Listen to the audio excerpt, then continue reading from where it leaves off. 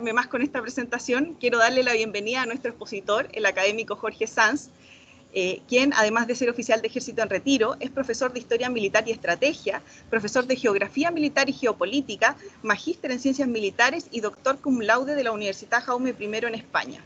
En la actualidad se desempeña como profesor en área de Relaciones Internacionales y Seguridad Nacional en la Universidad del Desarrollo. Es el director del Observatorio de Conflictos del Centro de Estudios Estratégicos de la Academia de Guerra del Ejército de Chile y es profesor de Estrategia y Geopolítica en esta misma unidad. Buenos días, profesor. ¿Está por ahí? Está con el micrófono abierto. Muy buenos días, Catalina. Muchas gracias por la presentación. Muy buenos días a todos también. Permítanme, en primer lugar, agradecer al Centro de Estudios e Investigaciones Militares por otorgarme el privilegio de conversar y poner sobre la mesa el análisis de un tema que está día a día en nuestros medios de comunicación social y quizás darle una vuelta y mirar el problema desde otra ventana. Quisiera compartir con ustedes un power para manejarnos mejor en esta conversación. No sé si se ve.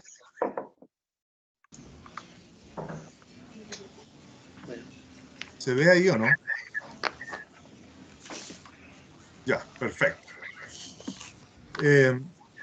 Muchas veces nosotros nos entrampamos en la imagen, nos entrampamos en lo ético, nos entrampamos en lo político de algunos eventos y los revisamos a veces como compartimentos estancos, no nos damos cuenta que efectivamente todas las cosas van juntas y conforman un todo respecto a lo que está sucediendo.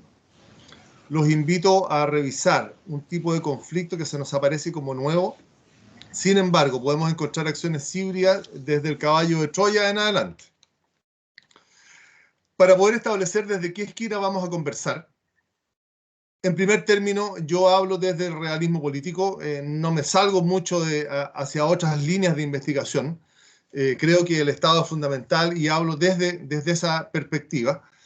Vamos a hablar del espacio de conflicto sin cruzar el punto de no retorno, o sea, desde esta línea roja que se ve ahí hacia abajo, en un espacio de violencia que ya lo vamos a explicar. Nos vamos a centrar en el espacio político de Clausewitz, donde la escalada de la crisis es un instrumento político para alcanzar un objetivo político, aún sin el empleo evidente de la fuerza militar que se da bastante más arriba sobre el punto de no retorno. Por lo tanto, ese es un primer elemento. El segundo elemento es que Hervé Couttot nos dice en su tratado de estrategia, que está acá, la guerra está regularmente consagrada o codificada en un extremo. La lógica de la conducción está lejos de responder siempre a los cánones de una racionalidad estratégica. Entonces aquí se nos empieza a conformar un espacio híbrido que nos permite conversar. La política, los espacios políticos, la escalada de la crisis y la no siempre racionalidad estratégica. Si bien pueden existir algunos patrones, hay un cero intuitivo en cada uno de los estrategas y hay una nueva batería de instrumentos en cada momento de la evolución. Por lo tanto, vamos a hablar desde ese espacio. Mi apuesta es que el conflicto existe, va a seguir existiendo y dentro de él el manejo de la crisis puede escalarnos hasta una guerra, lo que es evidente, una guerra que hoy existe y también seguirá existiendo. Así es que vamos a meternos en este mundo bien particular que todos ustedes conocen, reconocen, pero voy a intentar abrir una ventana distinta para que lo podamos revisar. El idealismo del Congreso de Viena o de Wilson no nos han funcionado mucho, por lo tanto vamos a intentar meternos desde el realismo.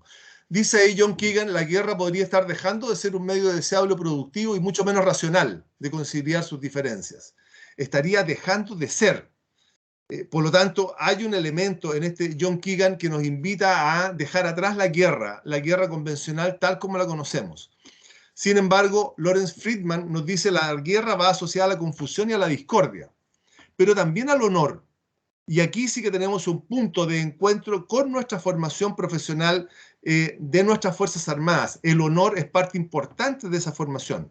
Y la defensa de cuando juzgamos supremamente valioso Y el amor a la patria, el amor a la república, el amor a lo que nosotros somos, efectivamente está condicionado y está entregado al honor. Por lo tanto, tenemos una dualidad de visiones en este libro de la guerra futura de Friedman. Pero hay un elemento que empieza a jugar ahora y que se nos aparece muy rápidamente porque es necesario considerarlo y después vamos a ver por qué, pero ahora, en esta primera parte, Steven Pinker nos muestra en este mismo libro que está ahí que la pobreza se nos aparece. Entre muchos otros, en el mundo hay hoy día más de 700 millones de personas que sufren de pobreza extrema, es decir, entre $1.90 y $2 diarios. Esa es la medida en términos económicos, pero en términos reales, esa pobreza es que no pueden satisfacer sus necesidades básicas, no tienen cómo alimentarse, no tienen agua potable, no tienen acceso a una vivienda, no tienen acceso a educación o a sanidad. Hay elementos que se nos van a empezar a aparecer en un discurso y en una agenda internacional que está dando vuelta. Es internacional y efectivamente está dando vueltas en el mundo. Por lo tanto, se nos van a aparecer estos términos. El Banco Mundial hoy día nos dice que hay más de 100 millones que a partir del COVID o producto del COVID también cayeron en este mundo de la extrema pobreza. Por lo tanto, tenemos casi el 10% de la población en esta situación. Y ese es un factor que nos puede llevar también a estas crisis o a este nuevo tipo de crisis o de conflicto híbrido. Junto a eso, también hay otros rangos de abusos, de corrupción que han levantado a las sociedades civiles, como la primavera árabe, y se ha justificado un nuevo trato o un nuevo contrato social, y empieza a aparecer este concepto del nuevo contrato social entre un Estado que detenta el uso legítimo de la fuerza, según Weber, ¿no es cierto?, el uso legítimo de la violencia o la violencia legítima, frente a una sociedad civil que empieza a reclamar que la sociedad civil es la dueña y es la soberana de esa violencia, por lo tanto, le empieza a reclamar al Estado el uso de la violencia, y tenemos un problema ahí que se está dando vuelta. La primera manifestación visible en el siglo XXI, 2010, es la primavera árabe, y hay un punto de inflexión ahí. Ese punto de inflexión es bien importante que lo tengamos considerado. A partir de un hecho puntual, del suicidio de Mohamed Abu Azizi, producto de una brutalidad policial, para ponerle un nombre que aparece en los diarios, se levanta la sociedad civil contra los gobiernos en Túnez, en Egipto, en Libia, en Siria, en Yemen. Por lo tanto, llevamos desde el 2010 con esta posibilidad de que la sociedad civil se enfrenta al Estado por la disputa de ese concepto de Weber de la violencia legítima. Entonces, hay varios elementos que empiezan a jugar aquí. La pobreza, la disputa de los derechos de la sociedad civil, y vamos a empezar a incorporar elementos que nos van a llevar a un camino que nosotros lo reconocemos, lo hemos escuchado, lo tenemos en el diario todos los días, pero vamos a tratar de agruparlos en un concepto híbrido y vamos a tratar de enfrentar ese concepto híbrido.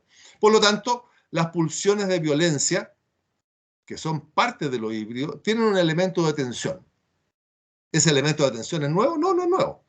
Si empezamos a revisar esas pulsiones de tensión, nos vamos a ir a Hobbes con su estado de naturaleza, nos vamos a ir a Hobbes en que el hombre es el lobo del hombre, nos vamos a ir a Marx, ¿no es cierto?, en la lucha de clases y la conciencia de clases.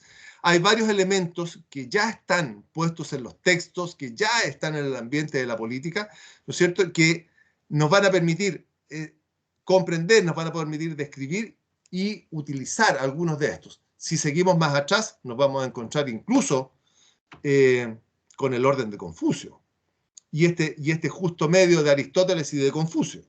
Así es que hay elementos que nos van a permitir conversar respecto de esto. Pero no nos perdamos. El conflicto es un proceso en el tiempo que a veces se nos escala en una crisis. Y si no manejamos la crisis, vamos a llegar al conflicto armado. Mi propuesta es que nos vamos a manejar de la crisis hacia abajo, no hacia el conflicto armado. Porque ahí está el espacio de lo híbrido.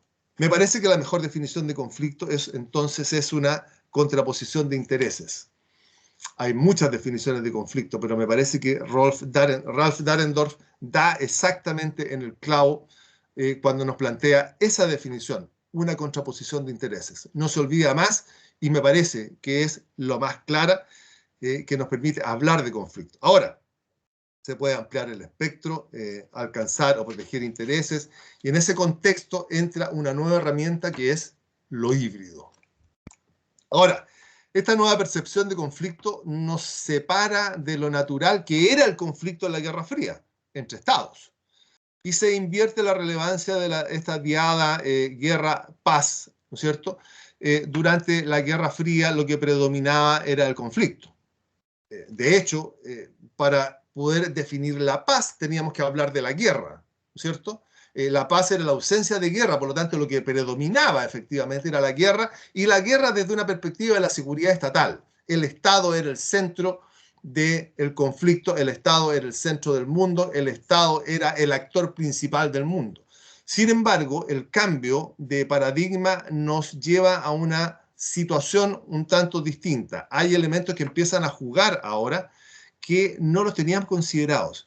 Y empezamos a transitar hacia un espacio de paz, hacia un espacio donde efectivamente el idealismo podría volver a instalarnos en esa paz que no se alcanzó ni en la Primera Guerra Mundial ni en el Congreso de Viena en el siglo XIX. Y colocamos ya no al Estado en el centro del universo, sino que colocamos al hombre en un concepto que empezamos a hablar durante el siglo XXI, que es la seguridad humana. Ahora, se nos apareció en este tiempo, hace un poco rato atrás, Joseph Stiglitz. Es un Nobel de Economía, es socialista en términos ideológicos, comprometió algunos apoyos en la última elección presidencial nuestra, y que instala en el año 2013 una idea que tiene relación con todo lo que estamos conversando, donde él describe una realidad y unos temores que efectivamente han estado siempre a nuestro lado, pero se han convertido en agenda, y es cómo nosotros vamos a llegar a viejos, vamos a transitar por la vida con los mismos beneficios, con las mismas capacidades, con los mismos derechos, con las mismas cosas que tenemos ahora. Esos temores los pone Stiglitz ya el año 2013.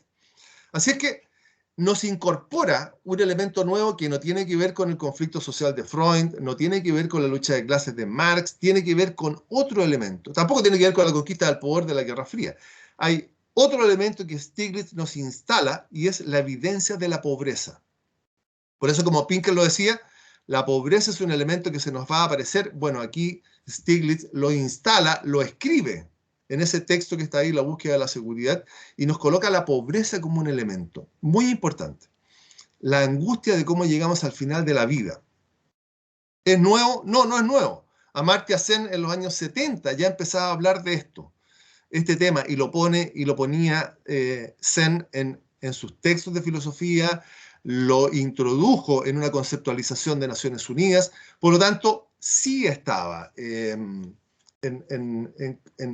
la vida política. Kofi Annan también lo retoma en algún instante y empieza a trabajar con ese concepto de la pobreza, de la seguridad humana, y de cómo había que llevar a la persona humana desde su época útil en términos laborales hasta la vejez en las mismas condiciones, lo que es tremendamente difícil. Y si nosotros empezamos a revisar lo que está sucediendo hoy día en el mundo, nos vamos a dar cuenta que este tema está puesto encima de la mesa y en la agenda. Entonces, hoy día tenemos en el camino político del conflicto un elemento nuevo a considerar, y que para el estratega híbrido, y se nos aparece este nuevo concepto que mientras preparaba esta presentación sale el estratega híbrido, y este estratega híbrido va a ocupar entonces, para materializar sus objetivos, a algunos agentes movilizadores de las voluntades. Entonces se nos empiezan a aparecer conceptos nuevos en el tratamiento del conflicto híbrido. Volvemos a este cuadro. ¿Qué es lo que queremos decir? Tenemos una nueva línea de trabajo a partir de la paz. Bueno, esa paz no está. Esa paz sigue siendo una utopía. Hay un estudio, no me acuerdo en este instante el autor, hay un estudio que dice que en el último tiempo, en los últimos 25 años de la Guerra Fría, hubo cerca de 68 o 70 días de paz. Y el conflicto desde ese momento hasta ahora no ha cedido. Por lo tanto, los estudios por la paz, las organizaciones de paz, las misiones de paz, los institutos de paz, empiezan a tener una relevancia porque se nos cambia el concepto de la guerra por este concepto de la paz. Y dentro de ese concepto de la paz ponemos al hombre en el centro, la seguridad humana. Pero no nos ha funcionado. Tenemos al ser humano como protagonista, sin duda tenemos al ser humano como protagonista, pero curiosamente es el mismo ser humano el que nos lleva a enfrentarnos, es el mismo ser humano el que nos lleva a la situación de conflicto, es el mismo ser humano el que nos lleva a una contraposición de intereses. Es el mismo ser humano el que genera, ya no es el Estado, el ser humano el que genera los conflictos. La mejor ejemplificación la tenemos en África subsahariana, por decir algo. Ahora, les propongo centrarnos en los bordes de Europa para no movernos de ahí, en los bordes de Europa, para poder ejemplificar lo que quiero expresar respecto del conflicto híbrido. La disposición de fuerza que nosotros vemos en este cuadro es el concepto tradicional del conflicto, la OTAN y las fuerzas soviéticas enfrentadas, fuerzas regulares que están ocupando los espacios. Por lo tanto, nos indica que el conflicto tradicional sigue existiendo, sigue en todo su esplendor a través de la disuasión. Esa es una posición disuasiva a ambos lados, con objetivos distintos a ambos lados, pero son fuerzas regulares que están enfrentadas. Ahora, la utilización de los componentes híbridos empieza a cambiar un poco la forma como queda expresado en la declaración del general Barno. Tras las relativas certezas de que se disfrutó durante la Guerra Fría, donde el conflicto tradicional y convencional estaba, nuestro ejército está teniendo que operar en cierto modo sin un concepto claro de guerra. Y aquí empezamos a entrar en un mundo medio difuso que lo llamamos genéricamente híbrido o le incorporamos elementos de la ciberguerra o le incorporamos muchos elementos. Ese conflicto híbrido que es el enfrentamiento de dos formas de hacer la guerra, lo asimétrico y lo convencional. Entonces, lo asimétrico está dado por esa diferencia de potenciales entre un ejército convencional y una fuerza o terrorista o de ese tipo, una fuerza asimétrica. Entonces, el general Barno dice, no sabemos cómo enfrentarnos a eso. ¿Es nuevo? No, no es nuevo. Ya lo vimos en Vietnam, lo vimos en Corea. Está. Pero hoy día tiene una connotación diferente, porque hay elementos nuevos. Hay un cibermundo distinto que nos coopera en esta nueva transformación del conflicto. Dice el general Gerasimov, Rusia no tiene la intención de atacar a un país miembro de la OTAN en una guerra convencional. Los medios que puede usar son los de la guerra híbrida. Y aquí coloca a la guerra híbrida en el medio de su discurso. Dice, además, los rusos étnicos en los países bálticos no son tratados como no ciudadanos. Los rusos étnicos en los países bálticos son tratados como no ciudadanos. Por lo tanto, los rusos están dentro de los países bálticos. Y después nos vamos a encontrar, por ejemplo, en que son usados o pueden ser usados como una quinta columna. No nos olvidemos que la quinta columna tiene que ver con la Revolución Española, cuando van avanzando las 4 columnas sobre Madrid y preguntan quién va a ocupar o quién va a tomar Madrid. Dicen, bueno, la quinta columna. ¿Quiénes son los quinta columnas? Los que están dentro, ¿no es cierto? Haciendo la conspiración desde dentro. Bueno, los rusos ya están en el Báltico y la zona de seguridad de Rusia va desde el Cáucaso al Báltico. En el Cáucaso los tiene bastante controlados. En el centro de este dispositivo, Ucrania y Bielorrusia también están con la mano rusa encima. Y en el Báltico nos dice, bueno, los rusos están dentro del Báltico. Por lo tanto, parte de ese conflicto híbrido en los términos de Gerasimov ya está funcionando desde Rusia. Otro elemento híbrido que nos lleva a pensar es esto que tenemos aquí en la pantalla.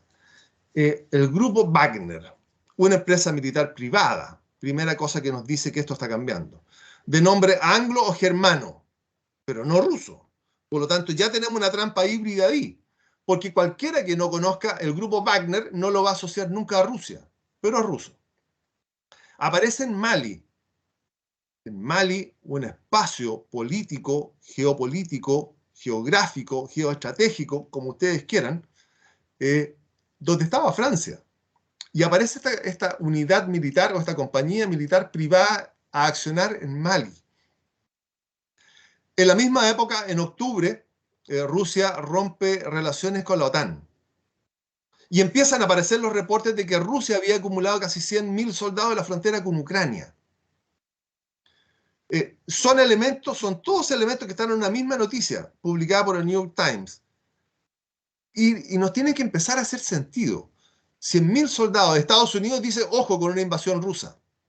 Y Rusia, en esa época, miraba cómo Bielorrusia, cruzado de brazos, como dice ahí el texto, Bielorrusia generaba una crisis migratoria en la frontera con Polonia, lejos de Ucrania. Rusia no tenía nada que ver con esto.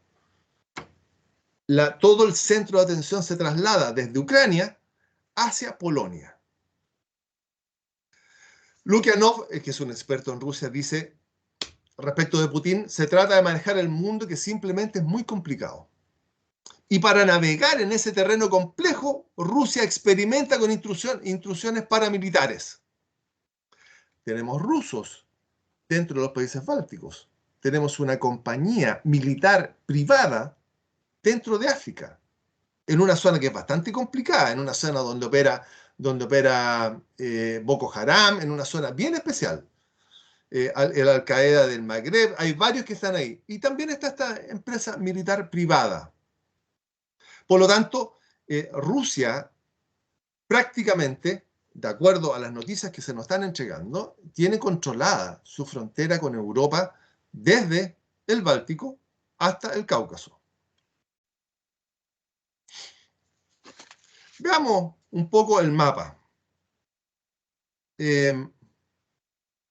Ucrania está incrustada en Europa. Ucrania no es que esté orientada a Europa, no está incrustada en Europa. Rusia está orientada a Europa. Dos formas distintas, ¿no es cierto? Dos formas de acercarse de manera distinta a Europa. Bielorrusia, que es el otro actor que nosotros vamos a mirar, ¿no es cierto? Es parte del espacio de seguridad que necesita Rusia y Rusia lo maneja como un actor y lo mantiene en una encrucijada económica y política donde es parte de su arsenal de elementos que le permite manejarse respecto de esa frontera. Bielorrusia sigue siendo, a pesar de la separación, a pesar de la independencia, a pesar de que la Unión Soviética no existe, a pesar de todo eso, Bielorrusia es un asociado súper relevante de Rusia hoy día. Rusia además se está acercando a Erdogan. ¿Por qué? Porque Erdogan tiene problemas con la Unión Europea, que ya los vamos a mirar en un segundito. Rusia genera en el año 2008 una guerra civil en Georgia porque Georgia se estaba acercando a la OTAN, ¿no es cierto? Y obliga a una secesión de Osetia, reconoce la libertad de Osetia del Sur, fomenta, Osetia del Sur está aquí en el centro de Georgia, fomenta la independencia de Abjasia. Por lo tanto, lo que les quiero decir es que Rusia levanta con elementos híbridos una revolución en Georgia. Algo parecido a lo que está haciendo en Ucrania. En Ucrania, estas dos provincias, Lugansk y Donetsk, se levantan contra Ucrania, exigiendo su autodeterminación, y Rusia concurre muy rápidamente a reconocerlas. Y además señala Putin que todo aquel espacio donde exista un ruso parlante, que es todo esto que está con color café en este mapa, ahí están los rusos, los ucranios rusos. Putin dice, todo aquel espacio político donde exista un ruso parlante es parte del interés ruso. Es decir, lo mismo que hizo en Georgia, está generando hoy día en Ucrania. Y en el borde de Ucrania tiene 100.000 soldados. Y dentro de Ucrania tiene aquellos operadores, esos manejadores de la voluntad, a partir del concepto híbrido de un estratega híbrido, manejando esta autodeterminación. No vamos a hablar de Crimea, porque Crimea ya es un problema que está solucionado, pero hizo lo mismo. Así es que todo esto que estamos viendo no son compartimentos estancos, no son hechos aislados, sino que desde mi perspectiva todo tiene una comunicación, tiene una conexión y que está asociado a ese nuevo concepto de conflicto híbrido que tenemos, y el escenario Europa, la frontera de Europa, de la Unión Europea con los espacios postsoviéticos, sí tiene una connotación mundial. Son dos potencias que conforman un gran porcentaje de la atención política del mundo y la atención económica también. Así es que todo esto es el escenario donde nosotros vamos a tratar de conversar respecto de este conflicto híbrido. Eso era un marco teórico un poco extendido para demostrarles qué es lo que es, dónde nos vamos a manejar en esta exposición, y esto que está aquí en la pantalla es parte del tiempo libre.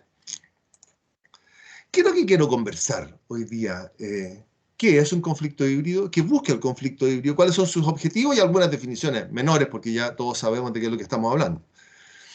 Vamos a incorporar las migraciones. Las migraciones es un elemento que se suma al arsenal del conflicto híbrido de una manera bien relevante y bien importante. Los refugiados. ¿Son refugiados?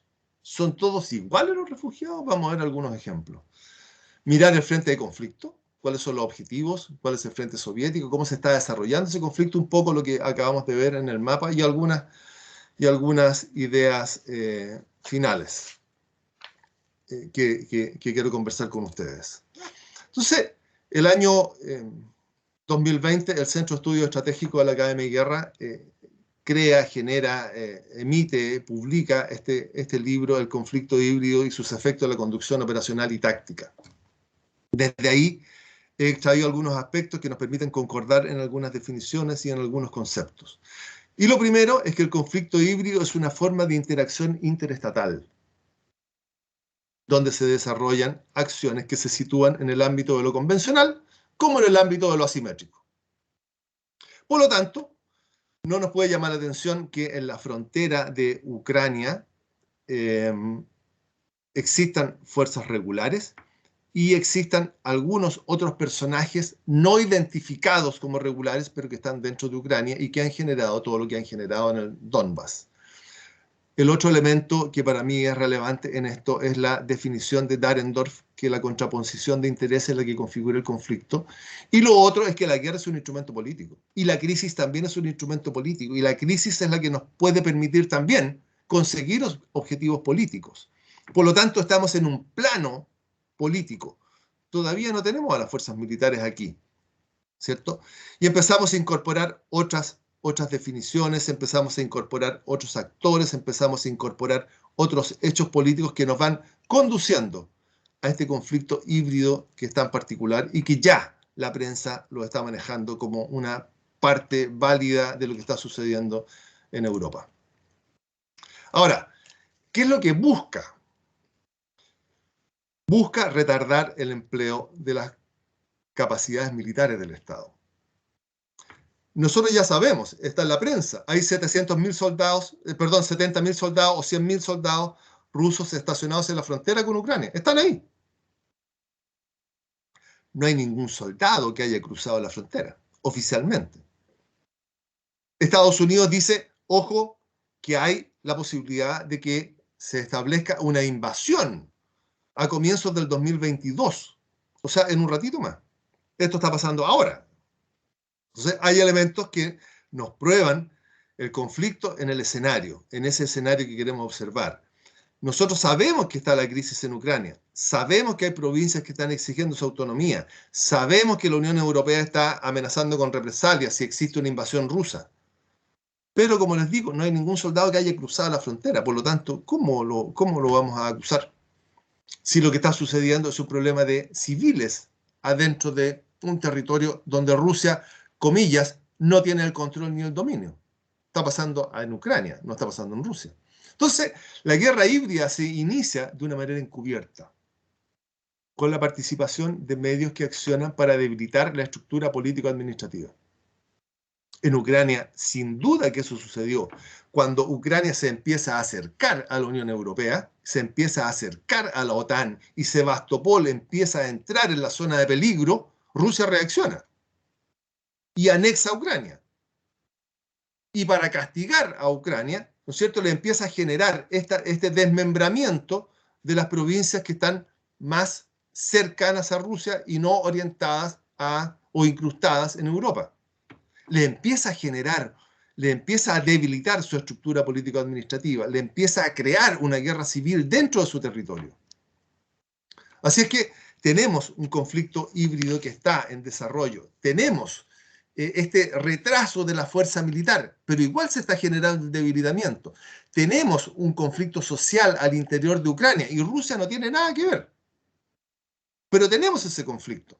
Está la percepción entre los ucranianos prorrusos y proeuropeos que hay diferencias. Y sin embargo, hoy día la oferta rusa es sentarse a conversar sobre la autodeterminación de las provincias ucranianas. Ellos se ofrecen a llevar esa conversación.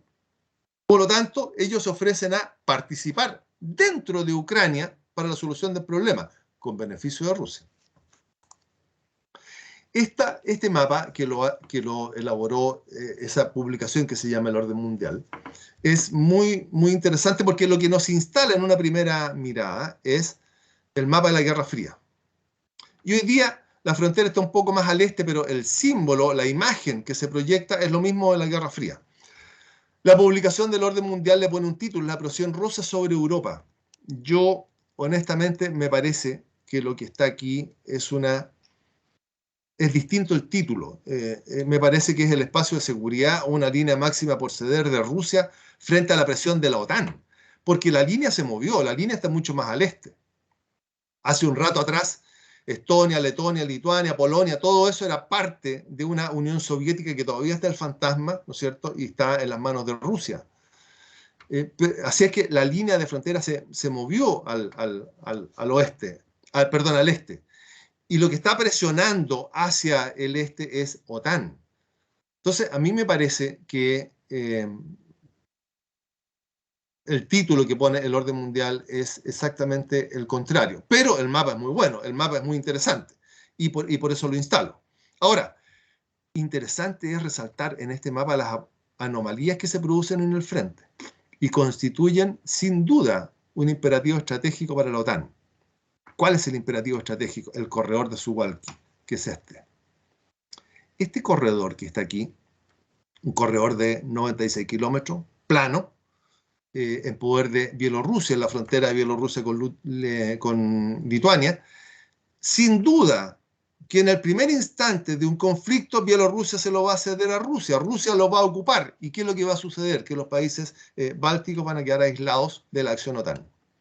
Y ahí tenemos una anomalía y los estrategas de OTAN tienen que tener una preocupación respecto de eso y sin duda, al ser un imperativo estratégico, tienen que tener la solución respecto a lo que va a suceder ahí.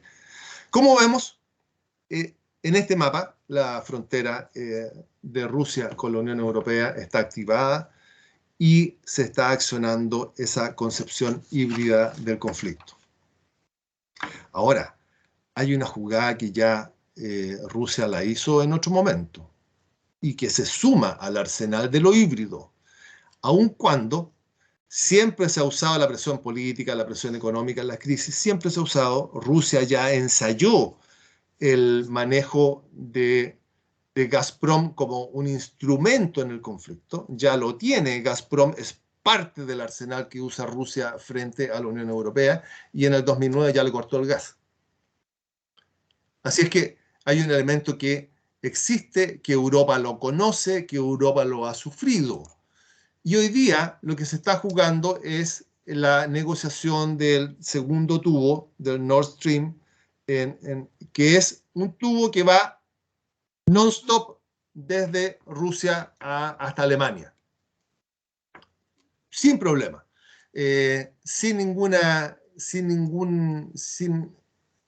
Sin nadie que lo pueda obstruir.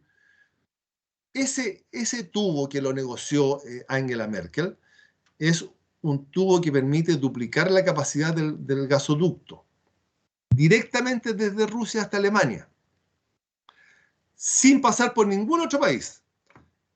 ¿Y quiénes son los que están reclamando? Los antiguos países de la Alemania Oriental, de Europa Oriental. Esos son los que están reclamando, junto con Ucrania. Ucrania, porque el paso del gas le permitía un poco de control del poder, Y el resto de los países de la Europa Oriental es porque quedan en el aire. Porque lo que se está negociando es desde Europa, desde Alemania hacia la Europa Occidental, y los países orientales quedan sin la seguridad del abastecimiento y a merced de Rusia.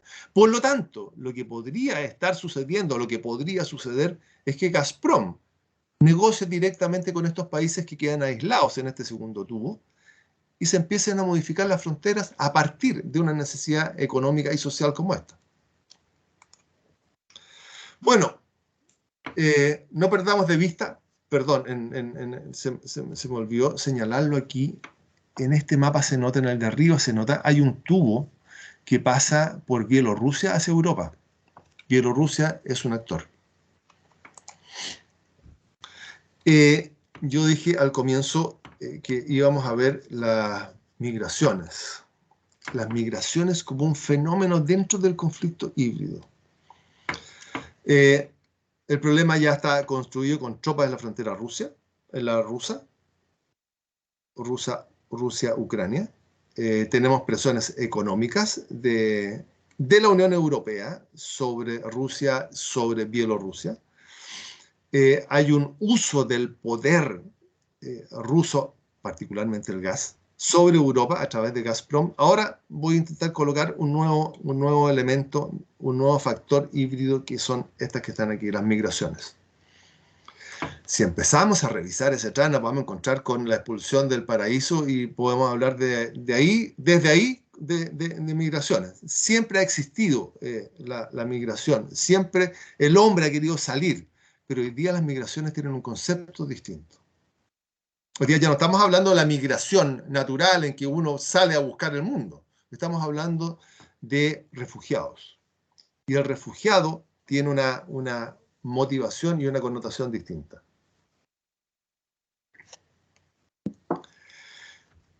El estratega híbrido instala en la opinión pública del país receptor, Europa, un dilema ético. No es posible no dejar entrar a un refugiado. No es posible que un soldado en una frontera le niegue el acceso a una mujer con una guagua en brazos. Éticamente no es posible. Cuando yo genero esa figura, cuando yo genero ese dilema ético, estoy limitando la soberanía del Estado, debido a que se levante una resistencia al interior del Estado receptor para generar medidas lógicas y obvias que regulen el ingreso de las personas al país. Todos los estados tienen medidas para regular el ingreso de las personas en una migración natural, en una migración histórica, en una migración controlada. Hoy día, el estratega híbrido genera ese problema ético en las personas del estado receptor y concentra a los migrantes en lugares sensibles. Esta columna que se ve ahí no es de generación espontánea. Esa columna de esas dimensiones no se crea sola. Si nosotros empezamos a revisar la columna, vamos a descubrir que hay personas, guías, que hay cámaras, que hay megáfonos, que hay muchas cosas allá dentro de esa columna, ¿no es cierto?, que van orientando y van dirigiendo la columna.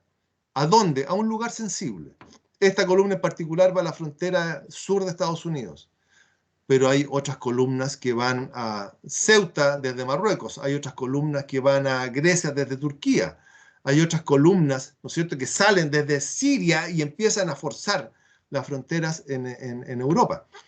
Hay un estratega híbrido que está generando algunas de estas columnas. No todos son instrumentos políticos, no todas las columnas son los flujos migratorios tienen un sentido político, pero hay muchos que sí lo tienen. Entonces, esta presión ética, este dilema ético que se genera en la frontera, y Polonia lo vivió y lo está viviendo, y vamos a volver después a ese tipo de frontera, empiezan a generar adentro del Estado, cuando logran pasar, una desestabilización política. Estos son los agentes que generan una desestabilización política. Entonces, lo que se produce con estas corrientes migratorias es un nivel de violencia. Hay un rechazo en alguna parte de la sociedad, del Estado receptor, ¿no es cierto?, que provoca un nivel de violencia. Ese nivel de violencia no es equiparable al conflicto, es un nivel que está bajo la línea del punto de no retorno. Si lo queremos graficar, es un nivel de violencia de responsabilidad policial, por ponerle un concepto. Entonces, está bajo esa línea que nosotros dijimos al comienzo que íbamos a trabajar. Pero sí provocan, sí generan una inestabilidad dentro del país receptor. Una inestabilidad que provoca violencia. Nosotros tuvimos, y voy a entrar una sola vez a Chile, nosotros tuvimos un estallido de violencia en Iquique, que fue controlado, que fue único y no se ha repetido, sí, pero ya lo tuvimos. Si nosotros miramos este cuadro desde la perspectiva de los diarios,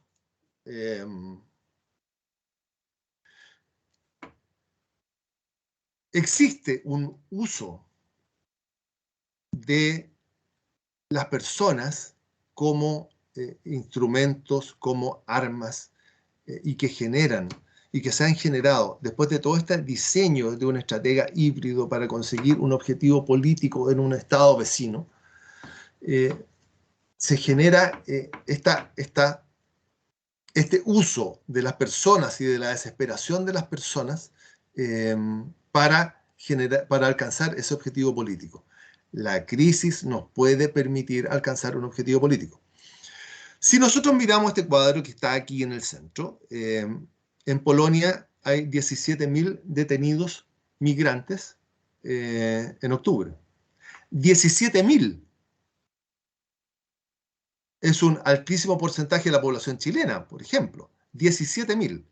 Entonces, cuando yo les decía, Bielorrusia está generando una crisis migratoria frente a Polonia, sí. Y si miro hacia arriba, Lituania tiene 4.000. Estoy generando una crisis fronteriza con Lituania.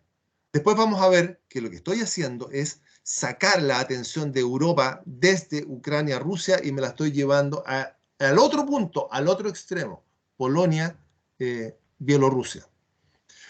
Dice ahí, el 11 de noviembre, se ha intensificado el flujo de migrantes que acuden a la frontera entre Bielorrusia y Polonia. Miles de migrantes. Varios miles de migrantes son kurdos de Siria e Irak. ¿Cuál es la relación de los kurdos con Polonia? Y después vamos a entender y vamos a empezar a comprender que efectivamente lo que está sucediendo es el traslado en avión, el traslado de kurdos de Siria e Irak para enfrentarlos a la frontera polaca, para enfrentarlos a la policía polaca, para enfrentarlos a Europa. ¿Por qué? Porque la tensión se genera a partir de medidas económicas que toma Europa respecto de Bielorrusia. La Unión Europea está definiendo el conflicto como un ataque híbrido. Por lo tanto, el conflicto híbrido sí, efectivamente, lo tenemos presente en este diseño. Vamos al mapa de nuevo.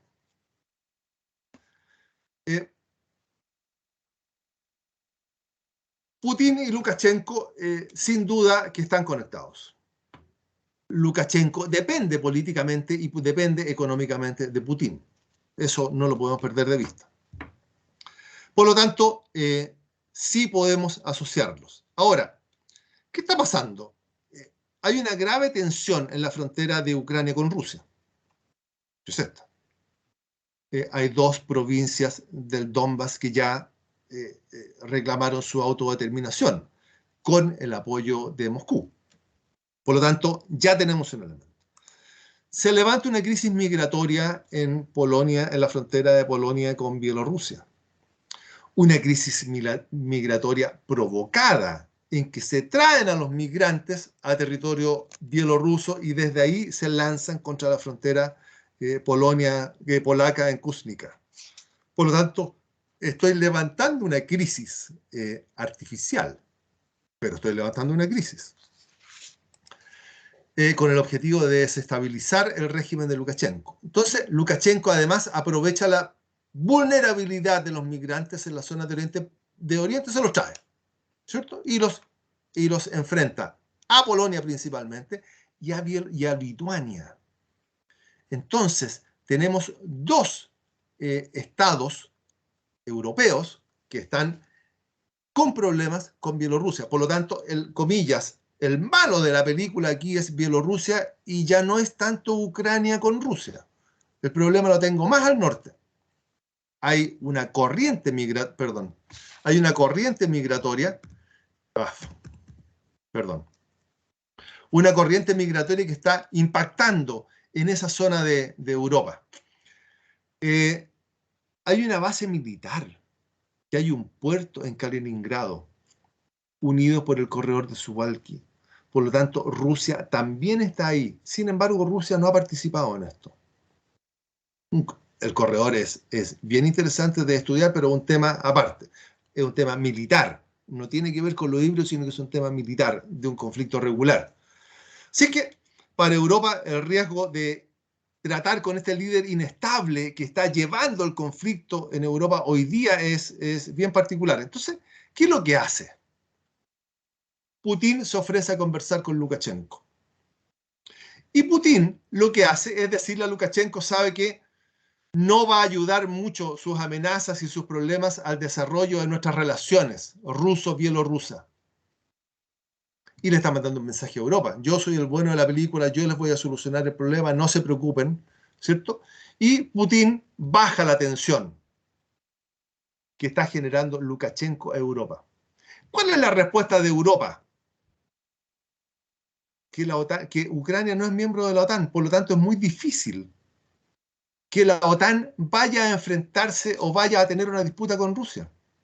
Es decir, toda la gestión híbrida que está haciendo Rusia en la frontera con Ucrania y que tenía la preocupación de Europa, tenía la amenaza de Europa y tenía la preocupación de Estados Unidos y la amenaza de Estados Unidos, pasó a un segundo plano y hoy día, ¿cierto?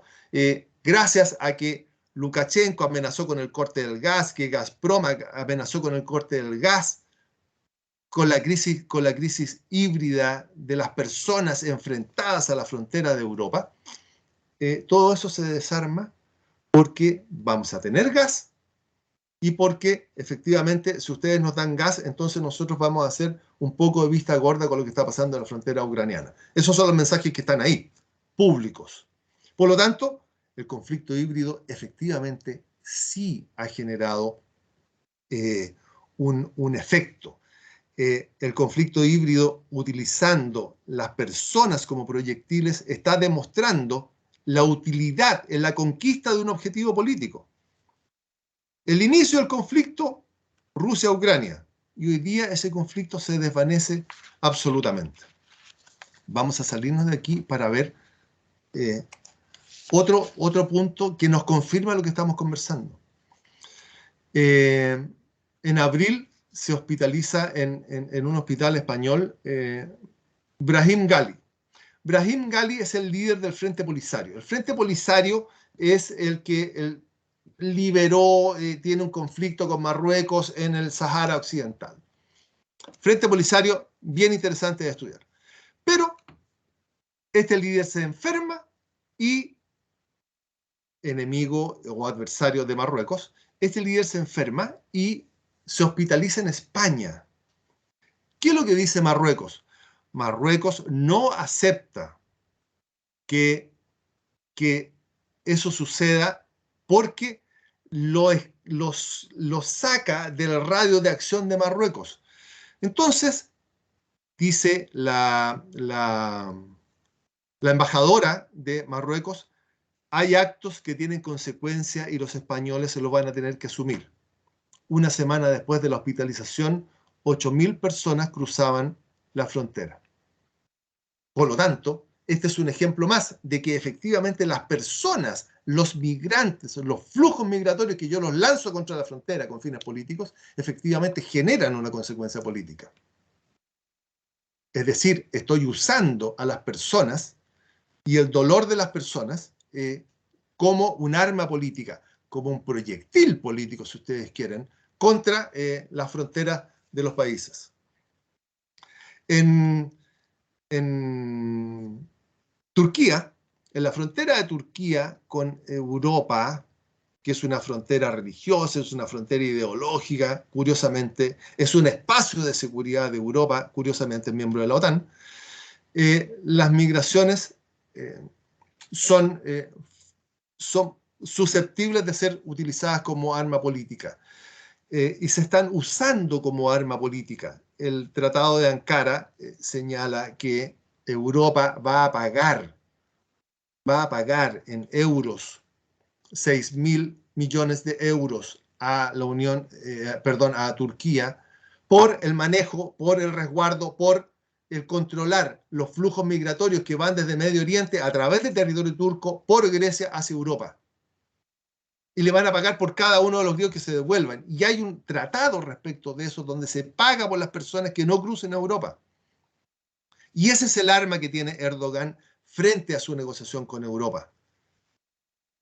Si ustedes no me pagan, yo voy a abrir las puertas de los campos. Turquía, en la frontera con Siria, tiene a 4 millones de personas dentro de campos de refugiados. 4 millones de personas que evidentemente son una amenaza para Europa porque pueden cruzar libremente hacia Europa.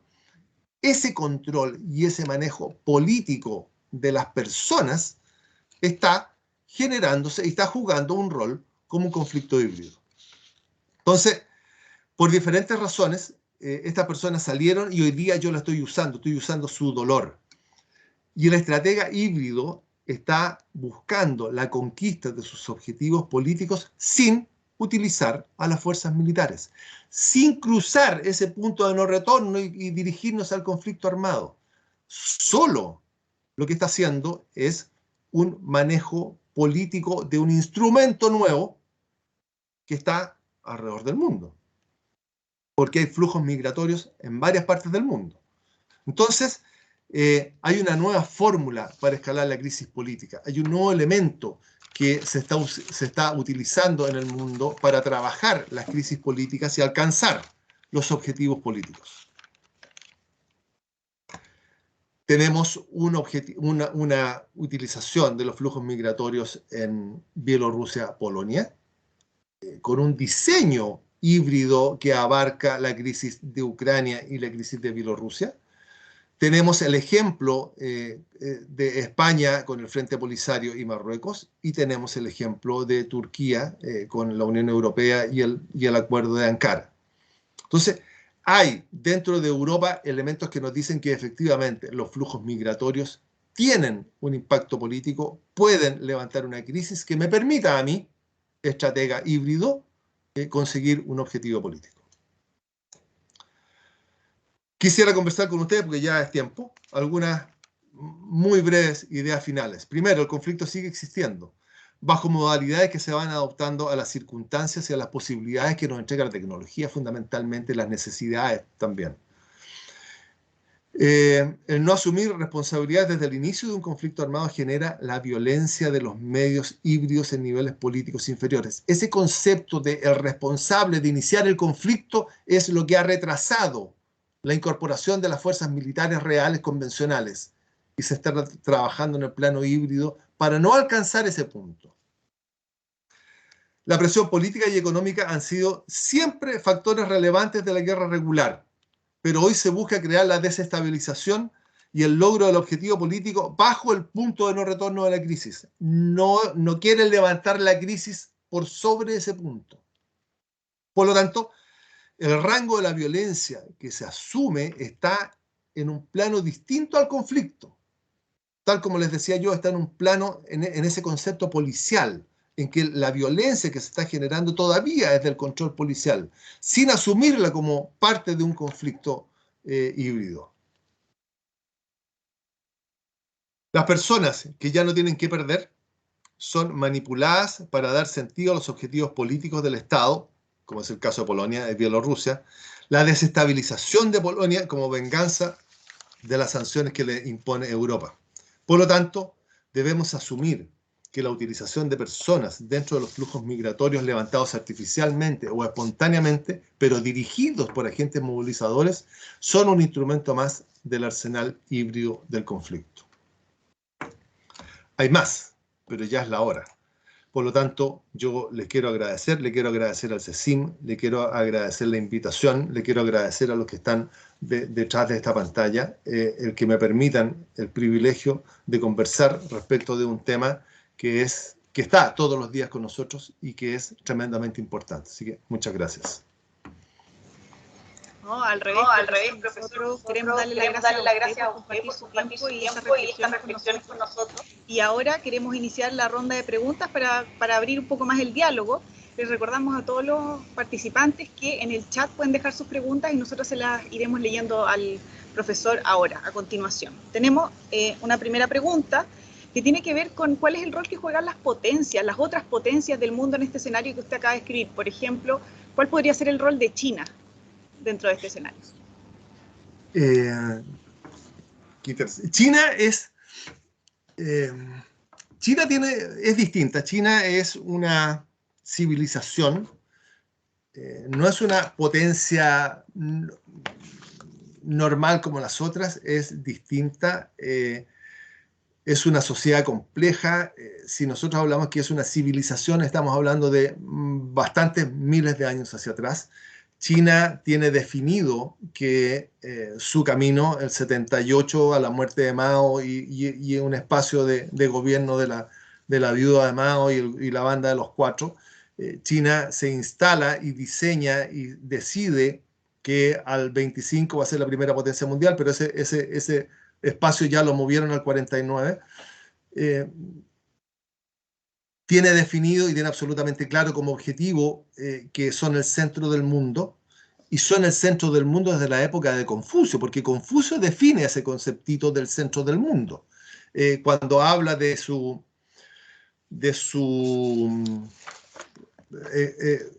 justo medio. Entonces, cuando desarrolla el justo medio, empieza a hablar de este centro del mundo y la relación entre la Tierra y lo ideal. Y ahí se quiere instalar China. Por lo tanto, realiza sus modernizaciones. Ahora, esta China de hoy día, a partir de las modernizaciones, nosotros la estamos enfrentando desde un concepto que ellos mismos desarrollaron y que lanzaron al mundo, que es la ruta de la seda. La ruta de la seda es ancestral. La ruta de la seda tiene 2000 años, la original. Es el contacto de China con Europa. Y si es el contacto de China con Europa, por lo tanto, nos estamos entrando en esa tesis de Mackinder que nos decía, ojo, la isla mundial, el que controle la isla mundial va a controlar el mundo. Y Europa va caminando por ahí, hacia Europa. Perdón, China va caminando por ahí hacia Europa.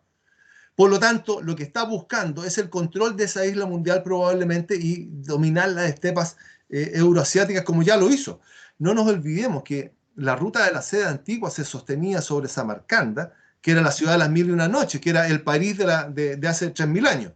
En Alejandría, que era la luz de la cultura. En Constantinopla, que era la capital de Bizancio, la capital de los imperios. Por lo tanto, China tiene absolutamente claro cuál es la ruta que va a seguir. Y no tiene, por ahora, este concepto de lo híbrido. Tiene un concepto distinto que pareciera híbrido también y probablemente sea un arsenal más de lo híbrido, que es la diplomacia de la deuda. China se entrometió en la periferia del mundo. Cuando nosotros dibujamos la periferia del mundo, hay espacios de pobreza absolutos. Bueno, ahí entró China. Por lo tanto, tiene a muchos estados comprometidos en esta diplomacia de la deuda, donde realiza las modernizaciones, entra al país, genera un contacto, genera un cariño por la cultura china, pero cuando se va, lo más probable es que dice, no me pague, entrégueme los bienes que usted tiene en términos de recursos naturales. Si yo me voy a Venezuela, gran parte de la reserva de petróleo de Venezuela hoy día es China. Porque Venezuela le paga los préstamos que no le da el Banco Mundial, se los pasa a China y Venezuela paga con el petróleo. Entonces, tiene una diplomacia de la deuda. Lo mismo hace en África. Así es que es un procedimiento distinto, es un proceso distinto. Sin embargo, también, si empezamos a estudiar y empezamos a escarbar, ¿no es cierto?, la punta del lápiz, nos vamos a encontrar con que este fenómeno de la diplomacia de la deuda y el entrar y llevar por adelante los institutos Confucio para levantar la cultura china y después entre China, también podría ser un concepto híbrido o un conflicto híbrido.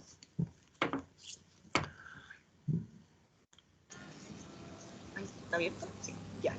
Muchas gracias, profesor, por su respuesta. La siguiente pregunta que le quiero hacer tiene relación con lo que acaba de decir de China. Dos preguntas en una. Lo primero, ¿comparte usted esto de que el conflicto híbrido siempre ha existido, pero hoy día solamente lo hemos conceptualizado? Y en relación a eso, y también a lo que usted acaba de decir de China con respecto a que China funciona de otra manera, ¿cómo funcionan los medios de comunicación y las redes sociales en la guerra híbrida? Si tiene alguna herramienta legal para intervenir o regularlas para así evitar, por ejemplo, las fake news. Espera, me estoy anotando, ¿no? Medios sociales. China, nosotros no podemos olvidar que China es comunista. A pesar de su aproximación al mundo, a pesar del sistema capitalista a lo chino, China es comunista. Y el comunismo tiene elementos que son fundamentales. Es dogmático. Yo no puedo ir contra las bases del comunismo porque se me va a caer. Por lo tanto, tiene una dureza absoluta. China maneja en términos de disciplina, en esa disciplina de Confucio, del orden, y no se mueve un centímetro de ahí. Por lo tanto, no podemos perder de vista que China es comunista y se maneja en los términos que se manejan los países comunistas en el mundo. Entonces, esa es una primera aproximación. Las modernizaciones que hace Deng Xiaoping los hace a partir de saber que efectivamente toda la ideología, toda la población que vivía en China en ese minuto era absolutamente comunista, por lo tanto, podía llevar adelante sus modernizaciones y en el orden que lo hizo. La última modernización es la defensa. Así es que China tiene una forma de ser. El conflicto híbrido ha funcionado siempre, sí, yo creo que desde el caballo de Troya.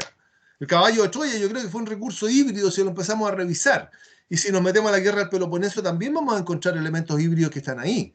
El asesinato del archiduque en la Primera Guerra Mundial también es un elemento que nosotros lo revisamos separadamente a la mano negra como un grupo terrorista, pero si lo ponemos dentro del concepto nos vamos a encontrar con que probablemente haya sido un instrumento híbrido, pero hoy día, tal como lo decía la pregunta, lo estamos conceptualizando, lo estamos viendo. ¿Por qué? Porque se nos agrandó, porque entraron nuevos elementos al juego, porque hay una degradación de las posibilidades de este uso del poder legítimo o el uso legítimo de la fuerza, esa definición de Weber respecto del Estado, en que la violencia legítima era solo del Estado y todo el resto es ilegítimo. Bueno, esa discusión hoy día es la que nos ha llevado a redefinir o a definir el conflicto híbrido y cuáles son los elementos que empiezan a jugar en este plano distinto. Ya no es solo el conflicto regular, ¿no es cierto?, donde nosotros podíamos mirar las fuerzas militares, cómo se desarrollaban, cómo se levantaba la crisis y cómo se gestionaba la crisis, porque estamos en un plano distinto. Estamos en el plano de la violencia en términos policiales. La fuerza no está, la fuerza se retrasa en su accionar. Estamos en un plano distinto. Esa parte híbrida hoy día es la que nos ha alejado o nos ha llevado a conceptualizar una nueva forma de alcanzar la escalada de la crisis. Otro elemento que podríamos llevarlo hacia atrás, la Revolución Rusa. La Revolución Rusa la tenemos aquí hace un ratito atrás. La Revolución Rusa, el nihilismo era fundamental y el nihilismo era crítica social a un orden establecido, que es lo que estamos haciendo hoy día. Las columnas, lo que hace el estratega híbrido respecto de las columnas de migrantes es levantar una crítica social al orden establecido. ¿Cómo va a ser posible que un Estado no deje entrar a un refugiado si es una disposición internacional? Entonces lo que estamos haciendo es quitarle un poco de soberanía a los Estados para manejar este concepto híbrido en términos internacionales. El Estado se está yendo un poquito atrás. Así es que efectivamente hay muchos elementos. Y lo otro que venía en una de las preguntas eran las redes sociales. Las redes sociales son fundamentales hoy día en lo híbrido. La primavera árabe se levanta gracias a las redes sociales. Y desde ahí en adelante empiezan a adquirir una connotación fundamental en esta violencia híbrida, en este rango inferior de la violencia, no del conflicto, sino que en el rango inferior de la violencia. Parte de esa conceptualización híbrida de la primavera árabe en las redes sociales, nosotros en Chile lo tuvimos con la Revolución Pingüina. Y de la Revolución Pingüina hoy día podemos establecer algunas relaciones, pero no me quiero quedar en Chile, me quiero salir. Así es que las redes sociales sí son un elemento fundamental. Son tan fundamentales que China las tiene controladas y las prohíbe cuando necesita prohibirlas. Está claro, es como dice usted finalmente a modo de conclusión, al agregar a las personas como centro del paradigma de seguridad, así como se abren un montón de posibilidades para el estratega híbrido, se abren un montón de vulnerabilidades para el Estado. Para el Estado. La última pregunta que viene del chat en virtud de la hora. ¿Cuál podría ser la respuesta de las arquitecturas de seguridad nacionales frente a los desafíos de las acciones híbridas? ¿Y qué lecciones podemos sacar para la región de América Latina? Para salir de China un poquito.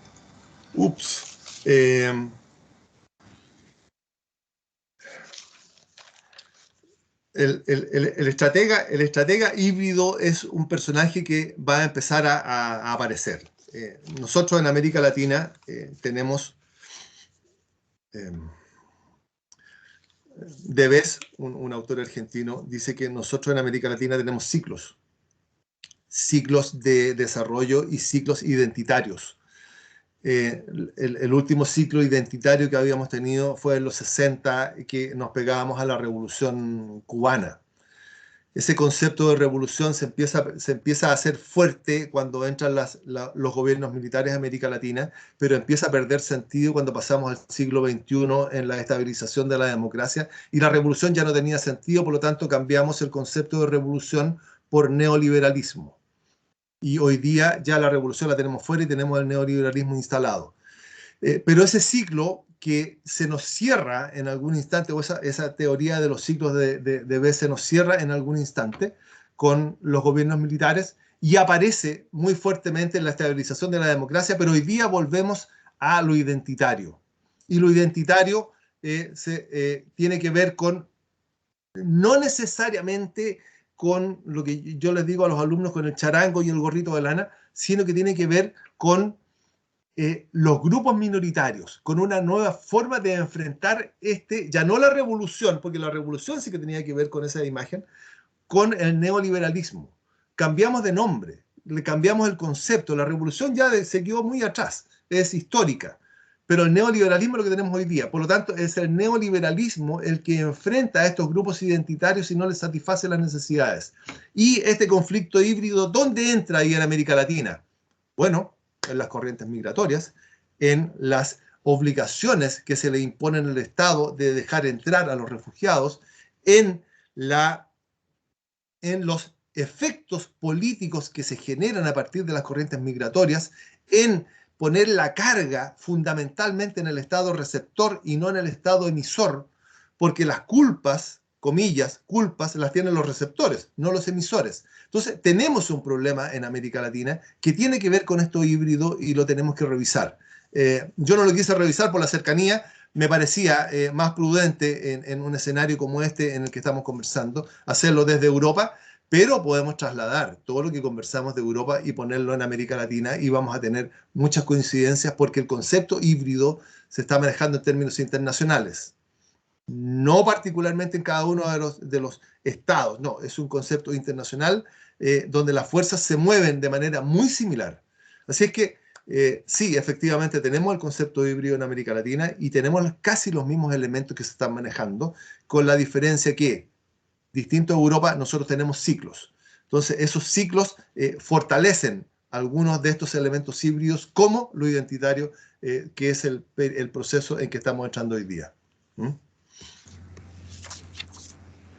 Hoy tenemos muchas preguntas a través del chat y la verdad es que en virtud del tiempo no podemos extendernos más. Me gustaría agradecerles a todos su participación y sobre todo las ganas de conversar, porque la verdad es que el chat está lleno de preguntas. Ahora, para finalizar, agradecerle a usted, profesor, su exposición, sus ganas de acompañarnos y todas las respuestas que nos acaba de dar, porque son mucho más clarificadoras. Y primero, en nombre del Centro de Estudios e Investigaciones Militares, agradecerle a todos que se hayan tomado el tiempo de estar aquí con nosotros y recordarles que el CECIM produce varios, ¿cómo se llama?